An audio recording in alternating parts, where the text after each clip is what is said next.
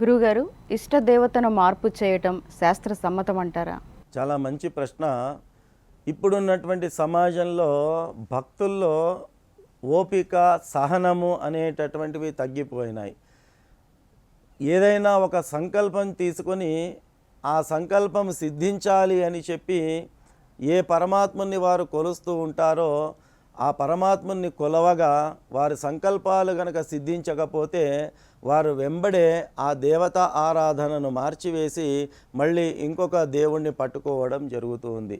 అంటే అనుకున్నటువంటి సంకల్పాలు గనక సకాలంలో గనక తీరకపోతే ఇక రాముణ్ణి పూజించాను, నా సంకల్పం నెరవేరలేదు, కాబట్టి నేను ఇప్పుడు ఆంజనేయ స్వామిని ఉపాసిస్తాను అని చెప్పి ఆంజనేయ స్వామిని ఉపాసన చేయగా ఒక 6 నెలలైనా సమస్యకు పరిష్కారం దొరకలేదంటే వెంబడే ఏం చేస్తారు? లేదు వెంకటేశ్వర స్వామిని పూజిస్తే వెంబడే మోక్షము దొరుకుతుంది లేదా సంకల్ప సిద్ధి అవుతుంది అని చెప్పి వెంబడే తమ యొక్క ఆరాధనను వెంకటేశ్వర స్వామి వైపు షిఫ్ట్ చేయడం జరుగుతుంది. అంటే ఈ రకంగా రోజుకో దేవుడిని, పూటకో దేవుడిని మార్చడం అనేటటువంటిది శాస్త్రరీత్యా ఇది ఏమాత్రము కూడా స్వాగతనీయమైనటువంటి విషయము కాదు, శాస్త్ర సమ్మతమైనటువంటి విషయము కాదు. ఎందుకొరకంటే ఇంతకు ముందే మనం ప్రస్తావించుకున్న రీతిగా శ్రీకృష్ణ పరమాత్ముడు అనన్యా చింతయంతో మాం అనేటటువంటి చాలా స్పష్టంగా చెప్పాడు. అంటే నీవు నన్ను గట్టిగా విశ్వసించి నన్ను ఉపాసించినట్టయితే, నన్ను ఆరాధించినట్టయితే నీ యోగక్షేమాలు నేను చూసుకుంటాను అని చెప్పాడు. అంటే అర్థం ఏమిటి? నీ ఉపాసన అనేటటువంటిది ఏకకేంద్రముగా ఉండాలి. రోజుకో కానీ పూటకో కానీ దేవుడిని మార్చడం అనేటటువంటిది, ఇష్టదేవుణ్ణి మార్చడం అనేటటువంటిది ఇది సరి అయినటువంటి విషయము కాదు.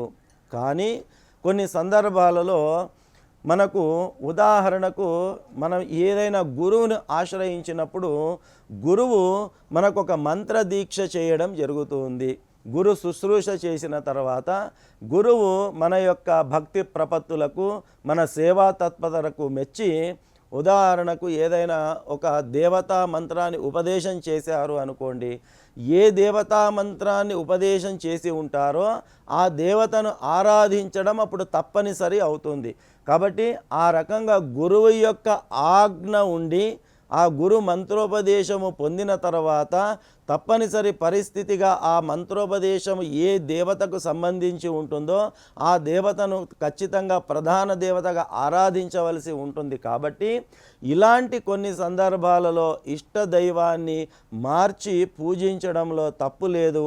కాకపోతే సర్వ సహజంగా ఎప్పుడు పడితే అప్పుడు, ఎలా పడితే అప్పుడు ఇష్టదేవతను మార్చడం అనేటటువంటిది ఇది ఏమాత్రము కూడా సరి అయిన పద్ధతి కాదు.